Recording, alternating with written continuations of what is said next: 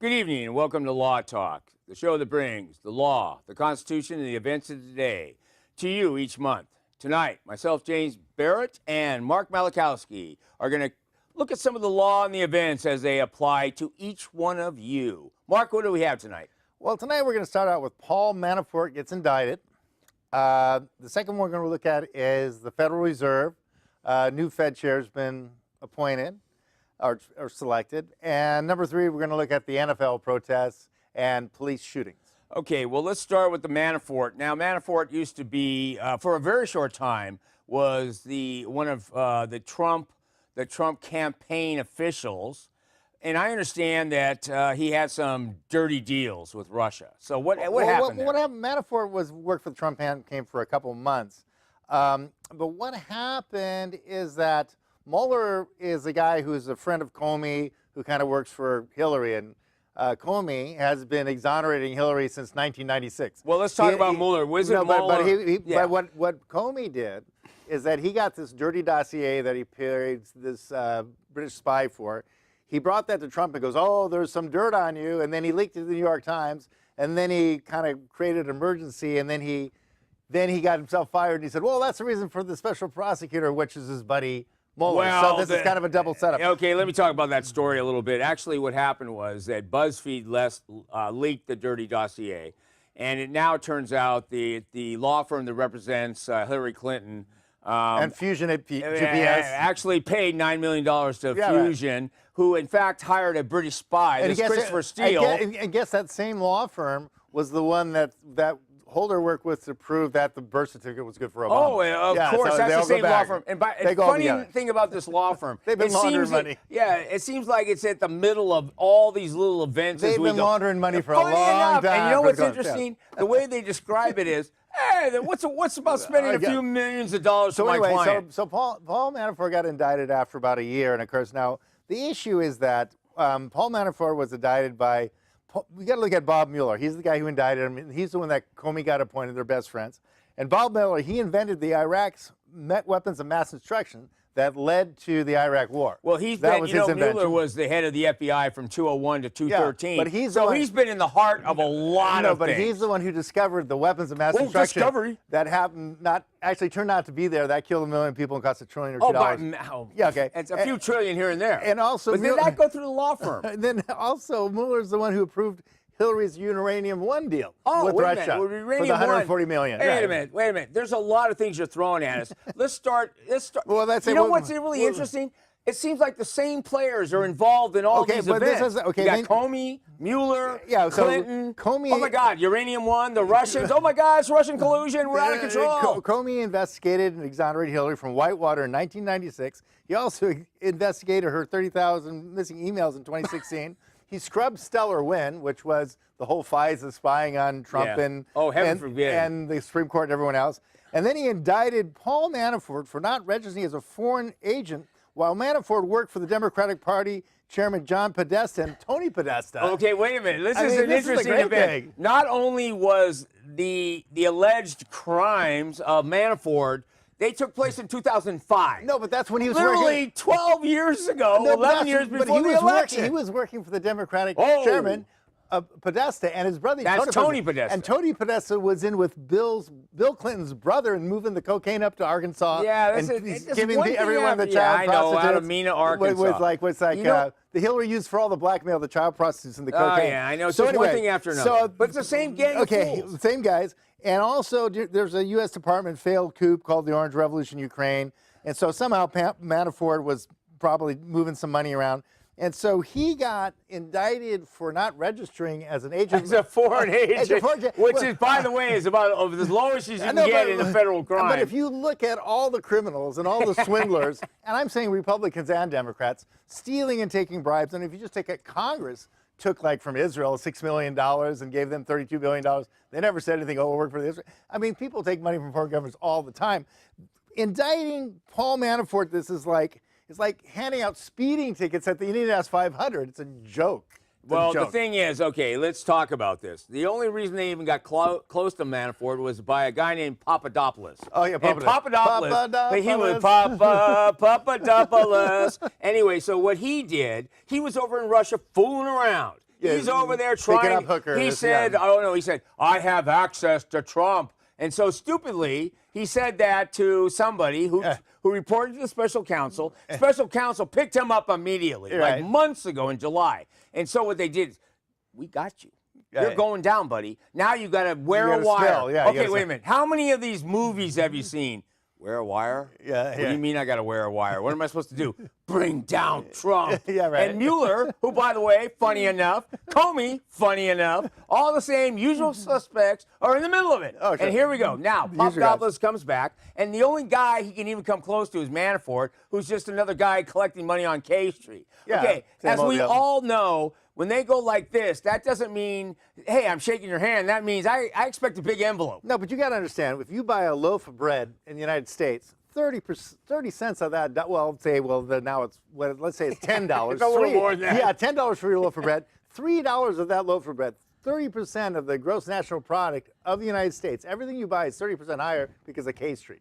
Because of bribes and kickbacks and buying votes. You know? So, I mean, 30% of every dollar is spent on lobbying, and it's not recorded anywhere. So, but anyway, even the Washington Post said, well, this whole spying deal on the Stellar Wind and the FISA warrant, all that kind of stuff, what the Washington Post, which is pretty liberal, said this is intimate stuff, it's voyeuristic, it's love and heartbreak, illicit sexual lesions, mental health crisis, and religious issues, and that's mainly what they're collecting. That's what they're looking for, some real dirt on this. And wait a minute, they're supposed to be looking for spies, and they're looking for dirt on the whole issue about the dossier. Let's not forget why this dossier plays into this, because the dossier Fusion GPS came from Fusion GPS, which is paid for by Russian agents, went through the DNC to be used, and then leaked to BuzzFeed. BuzzFeed brought it out, and it included no, but that was also used as some of the FISA warrants. No, hang on. But that led to the FISA warrants because it came through BuzzFeed,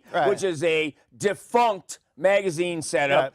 There was the DNC leaking post. And then that came to Mueller. Mueller used that, and then allegedly Loretta Lynch and Samantha Powers and Rice, Susan Rice, all the clowns in the administration said, now we can do FISA warrants. We can use FISA warrants. So they and use by the way, FISA stuff. warrants are not allowed for people like Susan Powers, Samantha Powers out of the United Nations has no reason to be pulling hundreds of FISA warrants. She said that someone forged her name. Oh, they forged her name. I'd like to see that signature. Are we going to ever see that signature? Okay, so anyway, you've got that was the basis for the FISA warrants, right? Was the dirty dossier. Was the dirty dossier. And the affidavit that paid from the law firm. That's $9 million from these guys. From the Clinton. The Clinton Foundation went to the law firm, and then and then so that's how they got the warrant for the FISA warrant. And then on top of that, Mueller did a midnight raid at Manafort's house. Oh, yeah. And he forgot to put on the warrant most of the stuff they grabbed. Oh, well, by the way, they did kick the door in. They held Mrs. Manafort and the children at gunpoint. At gunpoint, of course. And now, wait a minute. Let's talk about this for a minute. You call kicking in doors over Manafort because he didn't register as a foreign agent? Now, let me just explain Come on, Mark. How does that even last in this country? Every congressman every year takes hundreds of thousands of dollars from different countries. Every year. That's Republicans and Democrats. I know, across the board. Every Republican, every Democrat takes at least a couple $100,000 from Israel, and coincidentally, we always give them $35 billion. You know, different countries give congressmen money all the time. Yeah, I know, but doesn't it make sense that if you give me something, I'll give you something? And the point of the matter is that if you look at Saudi Arabia, I mean, with the Bushes and with everybody, I mean, billions and billions of dollars pass through this thing. And so foreign people giving money to But wait a minute, let's go back to this charge of Manafort. Okay, but there's one more thing. Okay, both of these things, the dirty dossier being used for the affidavit for the FISA warrant, and the midnight break-in with the wrong warrant and taking stuff that wasn't in the warrant, and the stuff that they're using is the stuff that wasn't on the warrant, because they were doing a fishing expedition, they didn't know what they're going to find. So those are fruit of the poisonous tree under the Fourth Amendment. Well, before we get into the fruit of the poisonous tree and the Fourth Amendment, I think we are going to move on to our next subject. Mark, what's our second subject? Okay, the next subject here is the Fed. And there's a new Fed chair. The Fed. The Fed. And now a lot of What people... is the Federal Reserve, Mark? Okay, well, let me give you a little background. Years and years and years ago... Many moons ago in the 1890s or whatever, there was these people called the Bauers, right? The Bauers. Which in German meant farmers, right? And they started minting gold coins, and they did currency exchange and changing money. And they changed their name to the Rothschilds because the shield over their door was a red shield, and in German, Rothschild means red shield.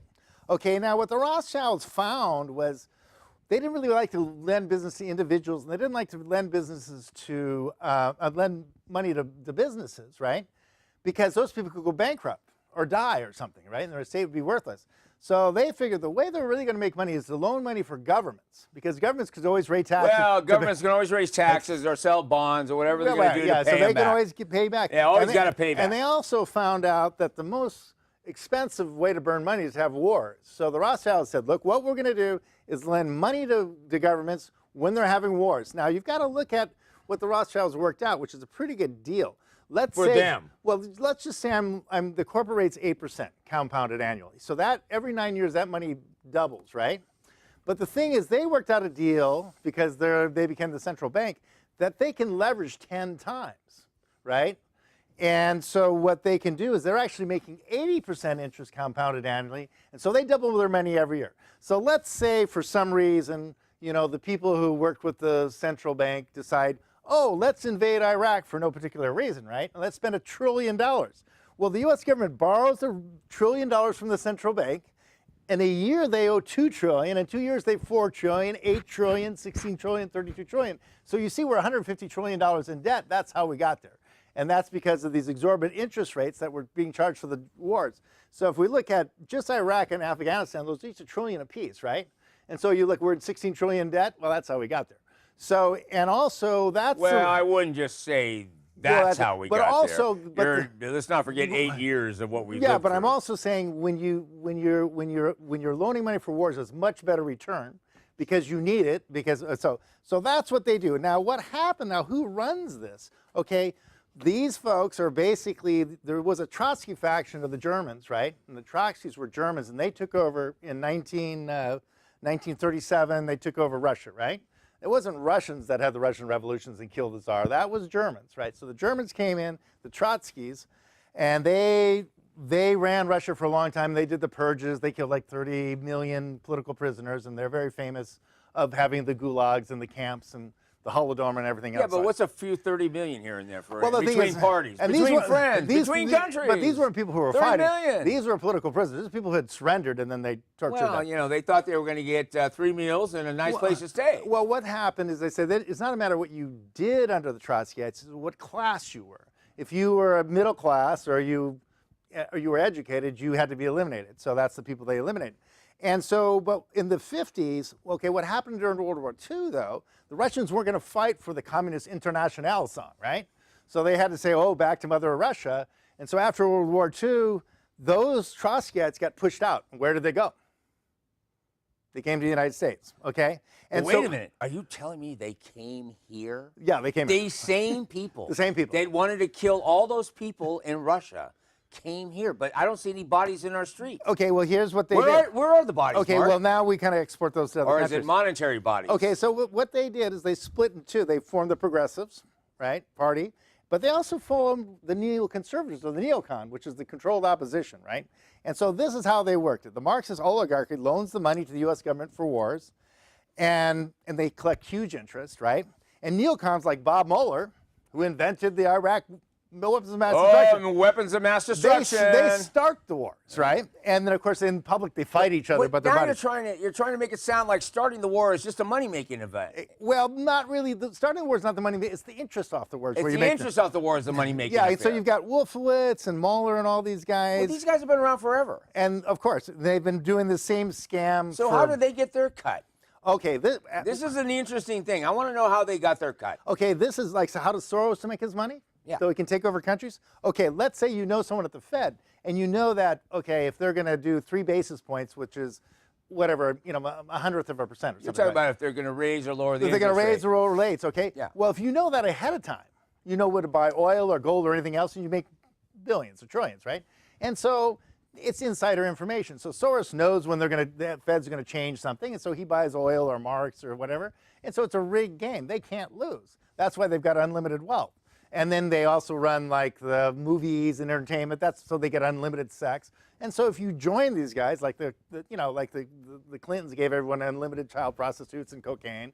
So I mean, if you join these, you get unlimited wealth, unlimited sex, unlimited drugs. And so, Oh my God, that sounds like California. so party down. So that's kind of the That's just, it's one more day, and then- when I get up in the morning. Now, but the problem is like if you want to quit, you either have a hunting accident or somebody sees the videotape. Or you die in your bed when yeah. you're totally healthy. Yeah, Yes, you we die in know your- this one. Or somebody sees the Or video. you run off a cliff in your car when you're a safe driver. And so the way that the central banks, and there's a Bank of England that has nothing to do with England, it's completely private control. There's the Federal Reserve that has nothing to do with the U.S. It has nothing to do The with only the US. time that the Federal Reserve talks to the American people is when they make a bad bet and they lose a couple trillion, then they got to get the taxpayers They to get pay the money for it. back somehow. No, they get it from the taxpayer. Yeah, they get it from the But when they taxpayer. win, they never split it with us. Oh my God. Well, you know what? Wait a minute. This sounds great. This Yeah, sounds it's like good a deal. casino, doesn't it? And so also they have a thing called quantitative easing, which is counterfeiting. If you did quantitative easing, if you printed a couple $1 billion or $1 trillion, you'd be thrown in prison for counterfeiting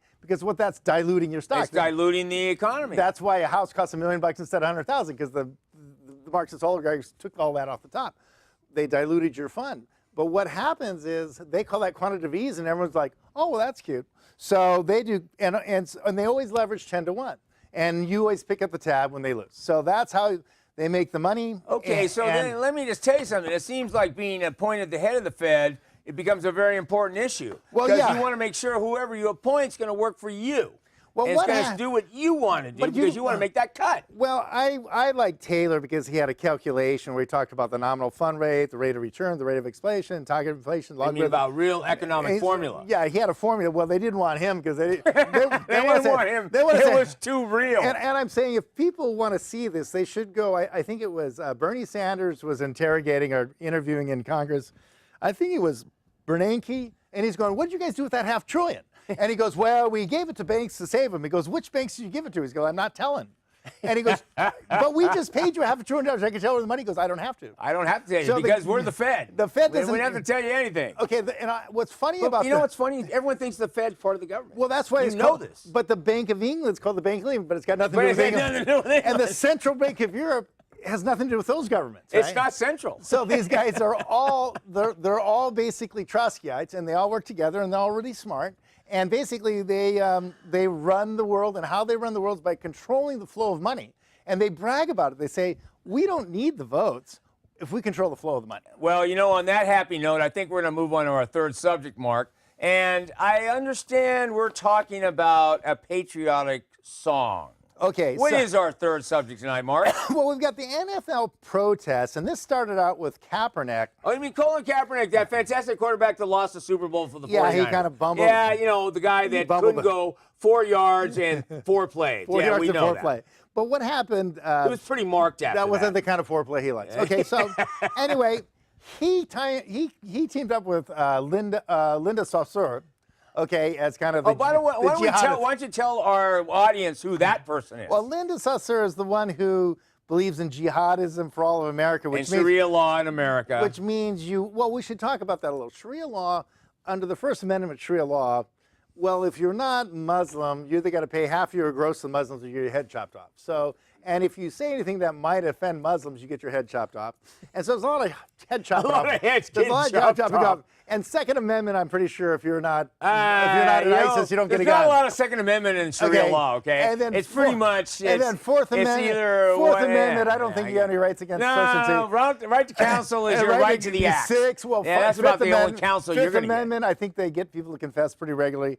So I'm just saying, you don't really have any rights under Sharia law. But you know, on the other hand, if you want to rape people, it's very good because there's no rule against Well, rape. that's right. There's no rule against rape I mean, it doesn't matter or if you're genital mutilation. No, but I mean, you could all be- the good things for women, no, I mean, right? no, but also you could be raping a 6-year-old boy or a 6-year-old Oh, girl. geez. You That's know, all what the okay. heck, man? That's all in Sharia, no problem. That's all all the okay. above. Yeah, That's let's okay. just Roll it all in. And when you divorce your wife, you throw some stones at her. You And throw that's your stones and Yeah. say, "Hey, I'm sorry, we're divorced." And so, it doesn't matter if I give you a mean, concussion. It's kind I of got it. and there's actually some governors and there's some states now that have gone to Sharia law. But what's interesting about this whole NFL... No, Detroit is trying to yeah. turn it into Sharia So law. what happened in the NFL protests, Black Lives Matter, who are kind of... Funded by George Soros. Yeah, Again, his name is... Well, it's the same thing. The feds, the Marxist oligarchy, and the football players are just pawns in this game. I'm not even sure they understand what... I think the majority don't even understand what's really going on. And I would say the majority of Muslims don't understand what's going on either. But anyway, so what they said was like, police shoot black people more often than they shoot At a higher white rate than they shoot anyone else. Okay, but when FBI statistics, and I ran through... I think we have those statistics, don't we, Mark? I hope we've got them up on the screen. But anyway, for one arrest, like if you're if you're a petty criminal, blacks are shot about 6% more than you'd expect, and whites are shot about 6% less. So it's about a 12% disadvantage for blacks. Actually, Hispanics do better than whites, 7% less, but the Pacific Islanders get shot 104% more than anybody, like twice as much as anybody. So if you're per capita. Yeah. So if you're a Pacific Islander, you shouldn't leave the house at all, even if you're going to get a parking ticket. So, but if you go to violent crimes, which is murder, rape, and that kind of thing. All the real violent, straight to prison felonies. Well, murder, rape, and robbery, armed robbery. Okay, the actual difference between whites and blacks getting shot. Blacks get shot 22% less, and whites get shot 33% more. So it's a 55% span. That's a huge difference. So I mean, whites get shot much more often committing violent crimes than blacks do. So the whole purpose, the whole premise of this NFL protest is disingenuous, which means it's a lie. Okay. You mean disingenuous? Disingenuous. Sorry. Disingenuous. There's no genius in this that's one. That's gratuitous. It's completely gratuitous. That's gratuitous. Okay. So anyway, it's a lie. It is a lie. It doesn't hold any water at all. Okay. Hispanics do pretty well. They get 26% less. Hispanics do pretty well. They're probably not very threatening when the cops pull them over. And but again, Pacific Islanders get shot 75% more Is there times. anything in those statistics that say why Pacific Islanders get shot on a higher percentage? The only thing about the Pacific Islanders is that it's a small sample size, so it might be skewed because of that. Skewed statistic. It might be skewed, so you got to take it with some caution. You know what, Mark? Let me add one more thing. About any statistics that you ever see in the news or anywhere you hear it, you have to realize you don't look at the statistic itself. You look at what was a sample group that statistic came from. If it's a sample group of 100,000 people, it will have more relevance than a sample group of 1,000 or 2,000 people. Well, also, that's part of the problem for a lot of these statistics. Well, it depends on your sampling method too. Your methodology, repeat performance. If you're doing random sampling. But what's interesting about this is that, and I would surmise, I think Pacific Islanders are sometimes pretty big, and that's threatening to cops. Now, if you start looking at bias, right, and unfair discrimination, and that kind of thing, well, if anyone who's really, the people who are the most discriminated against in the United States are Asians, right? They have to get 140 points over whites to get into Harvard on their SAT scores. They have to get 270 points over Hispanics to get into Harvard, and they have to have 450 points over blacks on their SAT scores to get into Harvard. Well, so wait a minute. Why would it be the Asian culture generally that would have to meet those extreme tolerances to even get in? Well, because they study too hard. And, that's right. They study too hard, and so anyway, if anyone's getting in the United States right now getting discriminated against, it's Asians. And also, if anyone's doing great, it's the Marxists, because they're about 3% of the population, but they get like 20% of Harvard is them. Well, so, I'd say the moment you put on the Harvard application, what is your political affiliation? You check Marxists, they go, hey, that's right up there. That's what we want. And so I think really this whole thing about the Asians versus the black and trying to make these identity crises in the blacks versus the whites versus the Pacific Islanders. Why does the news keep telling us that Black Lives Matter and everyone else doesn't? Why is it that everyone says that people get shot more because they're encountered by the police and they're racist? Well, why don't the statistics show that? Well, because the statistics are what's going on, and what they say on the TV is what they're paid to say. So what they're paid to say. What they're paid to Oh, say. you're trying to tell me that the news actually don't tell the Well, truth? I would say the Marxist oligarch who runs the Fed and the central banks, they run Hollywood, they run the news, and they run most of academia. So they do everything but work for a living. And you can see a Marxist oligarchist, and this would apply to lawyers too. They do no physical work. They figure it's a shame to do because, and they don't kill anyone on their own. It's okay for them to murder people as long as they get someone else to do it for them. Oh. So you can, if you start looking, That's so interesting. If you start looking at a Marxist oligarch, you'll find they never do physical work. No one in their family ever has for generations, right? They live pretty much on interest or like moving money around. And when they murder people, they always hire a hitman to do it for them, so they don't Or get their they hands give dirty. the nod and the wink Yeah, to they give the somebody nod and the else wink. that accidentally, hey, by the way, I'm sorry that guy got shot in the back of the Yeah. head. It was a robbery. And also, they tend to get promoted ahead of everybody else. and blah, You know blah, why? yeah. Because they check the Marxist box. Yeah, because they're in the club. So, But this is kind of limited to California, New York, New Jersey, Washington, D.C., or is it across the board, Mark? No, you've got to understand, there's about 10 or 20,000 people who rule the world. So you don't have to control all 6 billion people. If you control the people who run the central banks, some key people in Congress, some governors, you can control the whole world. This sounds like Bush globalism. Yeah, well, is that where we're going with this? But you mean George Bush was not a good guy? Well, I'm just saying the Trotskyites had the Communist International. Now Or is he part of that? Now they call it social justice. Oh, social justice. Oh, no, well, Bush is a neocon. Oh, my God. So Heaven forbid. the neocon is the controlled opposition to the progressives. Yes. They both work for the same boss. They are, and you know what? You just put a different name on it, and what the heck? As long as you get the same result. No, they split in those two teams. And so if you look at even Breitbart is supposed to be very disruptive. They're neocons. They're the controlled opposition. They do what they're told. Just when Soros says do this and do that, when the central bank says this, they do that. We need a war over here. Okay, we'll drum something up, weapons of mass destruction, and who knows, we'll drum up some kind of emergency where we got to have another war. Well, you know what? Isn't it the mantra of the Clintons? There's nothing like a good event. Yeah, don't waste a good disaster. And don't right? waste a good disaster, because that's the most profitable event possible. So I'm just saying, when you start looking at the exorbitant amount of interest we pay, right? And we owe 10 trillion to the Chinese. But do we really? We owe $1 trillion here and $1 trillion there. But most of that's interest. Now, we got a real problem. If the yuan, and I can't pronounce it, but whatever, the Chinese currency becomes the reserve currency, the yuan, we're in big trouble. Well, I got to tell you, we're going to have to leave it there. And tonight I'm going to tell you, hey, Mark, thank you very much, because I think the Fed story. Papadopoulos. Papadopoulos.